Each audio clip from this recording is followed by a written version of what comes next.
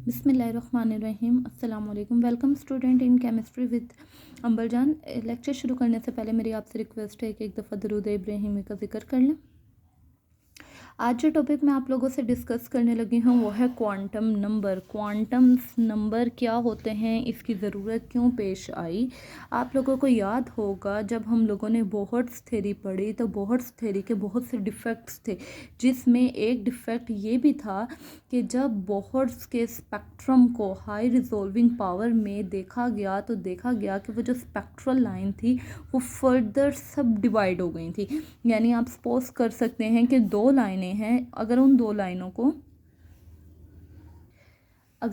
लाइनों को high resolving power में देखा जाए तो देखा गया कि वो जो दो लाइंस थी वो फर्दर से उनमें सब डिवीज़न आई, जो कि ड्रॉप बैक बना हमारे बोहर्ट्ज़ का। फिर जब ज़ीमैन और स्टार्क इफ़ेक्ट, आप लोगों को याद होगा कि जब हमने ज़ीमैन एंड स्टार्क इफ़ेक्ट पढ़ा था कि in the presence of electric field and magnetic field में भी हमारा जो इलेक्ट्रॉन था उसमें फर्दर स्प्लिटिंग, हमारा जो स्पेक्ट्रम था उसमें स्प्लिटिंग आई थी, जिसे हमने स्टार्क इफ़ेक्ट एंड ज़ीमैन इफ़ेक्ट किया कहा था। तो ये दो बोहर्ट्ज़ के डिफेक्ट्स ऐसे थे जिनकी वजह से क्वांटम थ्योरी, क्वांटम्स नंबर जो थे वो इंट्रोड्यूस करवाए गए। क्वांटम्स नंबर जानने से पहले अगर आपने किसी भी एटम के एक इलेक्ट्रॉन को स्टडी करना है तो उसको कम्प्लीटली डिस्क्राइब करने के लिए हमें उसके 4 क्वांटम्स नंबर का पता होना ज़रूरी है। क्वांटम नंबर्स होते क्या हैं? क्वांटम नंबर एक्चुअली सेट हैं न्यूमेरल वैल्यू का, एक न्यूमेरिकल वैल्यूज़ का ये सेट हैं जो कि एक्सेप्टेबल सॉल्यूशन जिसने दिया था श्रोडिंजर की वेव इक्वेशन के लिए फॉर एन हाइड्रोजन एटम। यानी आप कह सकती हैं सेट ऑफ न्यूमेरिकल वैल्यूज़। फ़िलहाल के लिए क्वांटम नंबर आप याद कर लें कि वो क्या है, सेट ऑफ न्यूमेरिकल वैल्यूज़ हैं। अगर इस चीज़ को समझाने के लिए मैं आपके साथ एक सिंपल एग्जांपल शेयर करूं कि अगर एक इंसान है, उसको किसी के घर जाना है तो उसको 4 मेन बातों का पता होना ज़रूरी है। सबसे पहली चीज़ कि जिसके घर जाना है वो कौन सी कंट्री में रहता है। कंट्री के बाद उस बंदे को उसकी सिटी का पता होना ज़रूरी है।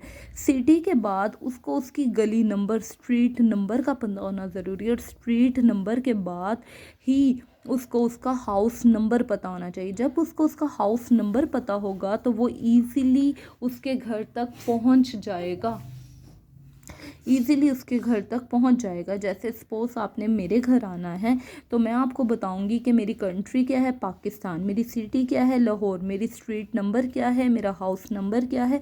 तो by this way you can easily approach to my home, आप ईज़िली मेरे घर तक पहुंच सकते हैं। इसी तरह अगर आपने किसी इलेक्ट्रॉन को फाइंड आउट करना है, उसको डिस्क्राइब करना है, तो आपको भी उसके घर का एक कंप्लीट एड्रेस पता होना चाहिए। तो क्वांटम नंबर्स को आप किसी भी इलेक्ट्रॉन का ऑफ एन एटम का कंप्लीट एड्रेस कह सकते हैं। तो वो जो एटम का कंप्लीट एड्रेस है वो 4 क्वांटम्स पर कंसिस्ट करता है। Number 1 quantum is principal quantum number, second is azimuthal quantum number, third is magnetic quantum number and fourth one is spin quantum number. अब सबसे पहला प्रिंसिपल क्वांटम नंबर क्या होता है? प्रिंसिपल क्वांटम नंबर क्या है? एक्चुअली प्रिंसिपल क्वांटम नंबर को हम रिप्रेजेंट करते हैं बाय स्मॉल एन से। सपोज आप एक एग्जांपल ले लें, आपके पास एक एटम है, ये उसका न्यूक्लियस है, ये बाहर उसके क्या बने हुए हैं, उसके शेल्स बने हुए हैं। याद है आप लोगों को बोहर डेरिवेशन में इसको मैंने एनर्जी लेवल्स भी कहा था। तो इनको हम प्रिंसिपल क्वांटम नंबर, जो कि 1 भी हो सकता है, 2 भी हो सकता है, 3 भी हो सकते हैं एंड सो ऑन, इन्हीं को हम एनर्जी लेवल्स भी कहते हैं। ये यूज़ किया जाते हैं इलेक्ट्रॉन को डिटर्मिन करने के लिए। In fact these also provide us energy of electron in a shell. इनसे हमें ये भी पता चल जाता है कि अगर इलेक्ट्रॉन इस शेल में है तो इसमें कितनी एनर्जी, अगर वो इस शेल में है तो उसको कितनी एनर्जी चाहिए। तो ये एक रिलेशनशिप है of distance and electron and energy of an electrons में। तो प्रिंसिपल क्वांटम नंबर, जो इसका न्यूक्लियस का जो सबसे पहला शेल होता है, जो कि वन कहलाता है उस शेल को हम कहते हैं के शेल, सेकंड को हम कहते हैं एल शेल, थर्ड को हम कहते हैं एम शेल और फोर्थ को हम क्या कहते हैं एन शेल। तो यानी आप कह सकते हैं प्रिंसिपल क्वांटम नंबर जो है, प्रिंसिपल क्वांटम नंबर ये एटम की कंट्री हो गई, ठीक है। जैसे मैंने आपको कहा आपने मेरे घर आना है तो आपको उसकी कंट्री पता होनी चाहिए, तो सेम एटम की कंट्री क्या है, उसका प्रिंसिपल क्वांटम नंबर, ठीक है। जब आपको पता होगा कि आपका इलेक्ट्रॉन जो है वो एम में है, अब इलेक्ट्रॉन की कंट्रीज़ को हम कह रहे हैं के एल एम एन। अगर मैंने कहा कि बेटा आपका इलेक्ट्रॉन जो है वो एम कंट्री में है तो आपको पता चल गया होगा कि वो शेल नंबर 3 में है, वो शेल नंबर 3 में है। उसके बाद चलते हैं उसकी कंट्री के बाद उसकी सिटी का पता लेने। अब उसकी जो सिटी है उसको कहा जाता है एजीम्यूथल क्वांटम नंबर, जो कि रिप्रेजेंट किया जाता है एल से। एजीम्यूथल क्वांटम नंबर एक्चुअली ये वो लाइंस थी, आपको याद होगा जब आपने बोहर्ट्ज़ के डिफेक्ट्स पढ़े थे कि जब बोहर्ट के स्पेक्ट्रम को, जो उसने हाइड्रोजन स्पेक्ट्रम दिया था, उसको जब हमने हाई रिजोल्विंग पावर में रखा था स्पेक्ट्रोफोटोमीटर में, तो उसकी जो स्पेक्ट्रल लाइंस थी वो फर्दर से सब डिवाइड हो गई थी। तो पता चला, आप इन्हीं को वो लाइन समझ लें, तो वो जो लाइंस थी जैसे आप देख रहे हैं ये सर्कल के अंदर, ये फर्दर से सब डिवाइड हो गई थी, फर्दर से सब डिवीजन शो कर दी थी। तो शेल जो था वो फर्दर से सब शेल में डिवाइड हो गया और उन सब शेल्स को हमने क्या नाम दिया, एजीम्यूथल क्वांटम नंबर का नाम दिया, जो कि हम कैलकुलेट करते हैं by this formula L is equal to n-1। n यहाँ पर आपको पता है it is our principal quantum number. तो जैसे मैंने आपको कहा कि हमारा जो इलेक्ट्रॉन जो है वो m में है, m का मतलब क्या था कि n क्या है, इज़ इक्वल टू 3। तो अब आपने उसकी सिटी फाइंड आउट करनी है, तो आप क्या करेंगी, n-1। जैसे अब मैंने आपको कहा कि मैं पाकिस्तान में रहती हूँ, तो जाहिर सी बात है पाकिस्तान में रहती हूँ तो पाकिस्तान के अंदर ही वो सिटी होगी ना।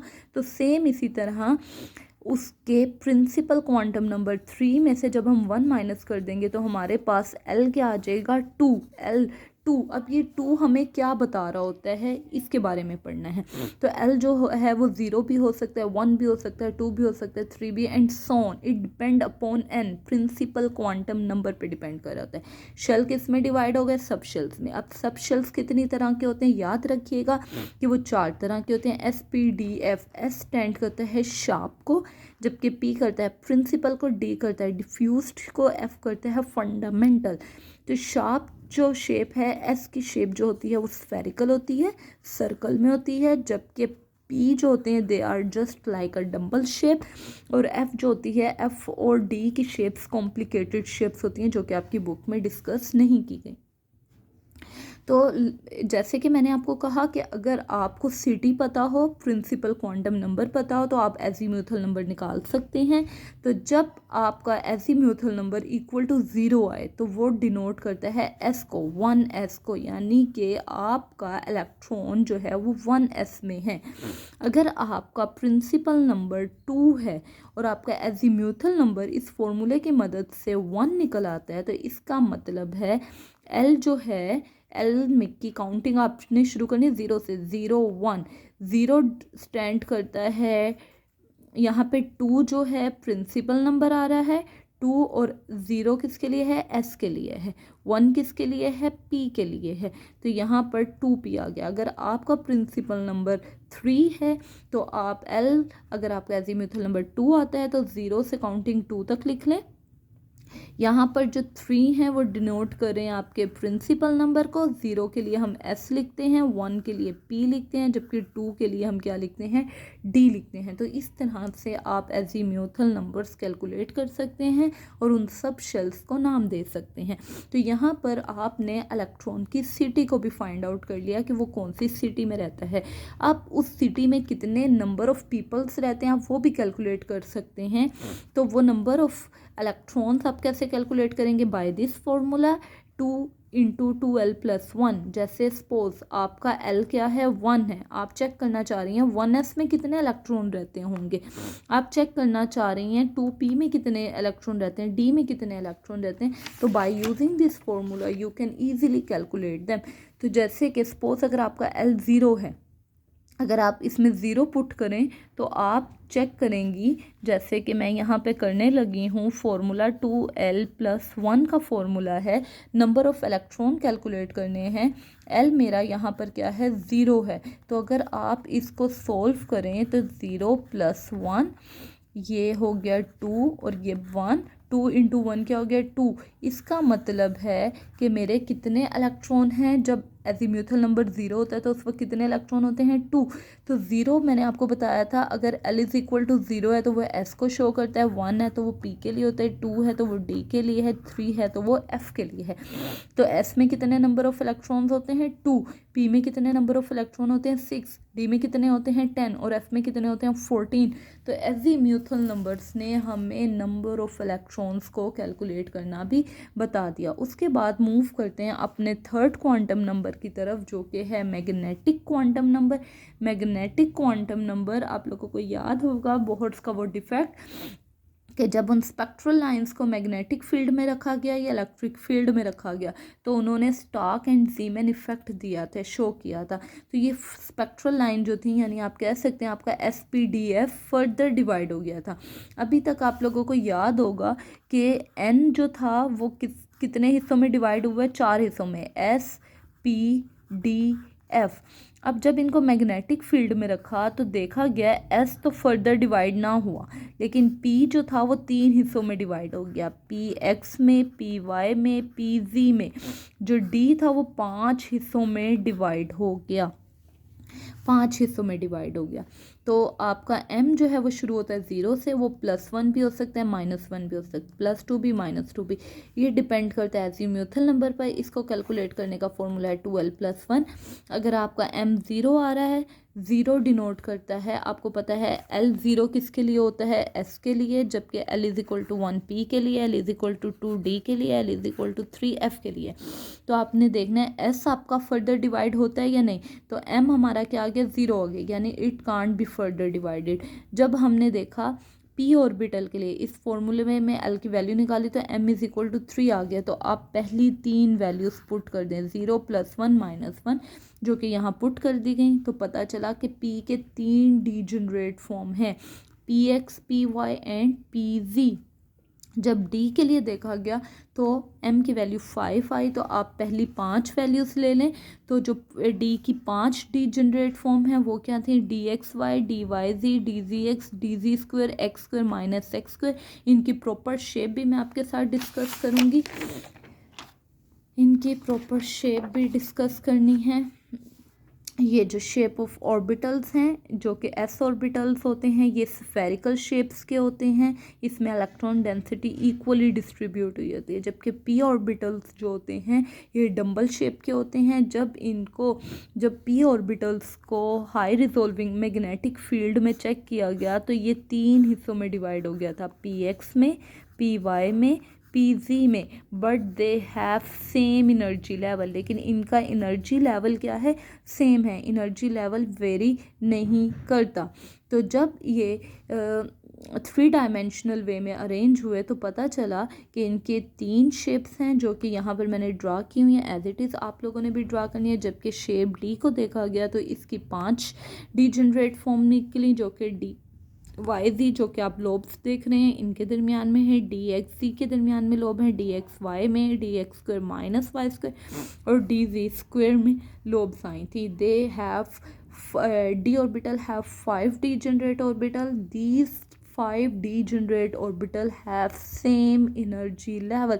यानी आप कह सकते हैं कि ये एक ही स्टेट में पाए जाते हैं, इनमें एनर्जी डिफरेंस कोई भी नहीं है। तो मैग्नेटिक क्वांटम नंबर के बाद हमारा लास्ट एड्रेस, जो कि उसका हाउस एड्रेस है, उसकी स्पिन कि आइदर वो क्लॉकवाइज मूव करता है या एंटी क्लॉकवाइज। ये तो आप लोगों को भी पता है, जैसे आप लोगों को पता है कि सन के गिर्द क्या है, हमारे प्लैनेट्स मूव कर रहे हैं, लाइक दैट। अगर मैं आपको अपनी अर्थ की एग्जांपल दूं तो जब अर्थ जो होती है सन के गिर्द मूव कर रही होती है उसको हम क्या कहते हैं, रेवोल्यूशन, जिससे हमारे सीजन्स बन रहे होते हैं। लेकिन जब अर्थ अपने ही गिर्द मूव कर रही होती है, क्योंकि अर्थ एक मूव कर रही है सन सन के गिर्द और एक मूव कर रही है अपने ही गिर्द, अपने ही सेल्फ रोटेशन भी शो कर रही होती है, जो कि इस तरह से होती है।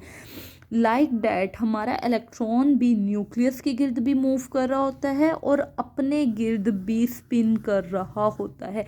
अगर तो वो क्लॉकवाइज स्पिन कर रहा है तो हम उसको क्लॉकवाइज डायरेक्शन में या फिर वो एंटी क्लॉकवाइज डायरेक्शन में मूव कर सकता है। दो डायरेक्शन में वो अपनी स्पिन शो कर सकता है, क्लॉकवाइज या फिर एंटी क्लॉकवाइज डायरेक्शन में। इसको फर्स्ट टाइम स्टडी करने वाले गाउडस्मिट एंड यूलेनबेच थे, जिन्होंने 1925 में स्पिन क्वांटम नंबर को स्टडी किया और देखा कि इलेक्ट्रॉन रिवॉल्व हो रहे होते हैं around the orbit and they also spin on it axis. जैसे आप देख रहे हैं कि पेंसिल जो है अगर यूँ मूव कर रही है, सिंपली बात कर रही हूँ, अगर ये क्लॉक की तरह मूव कर रही है तो it is called clockwise spin, और अगर वो ऑपोजिट टू क्लॉक है तो it is called anti clockwise rotation.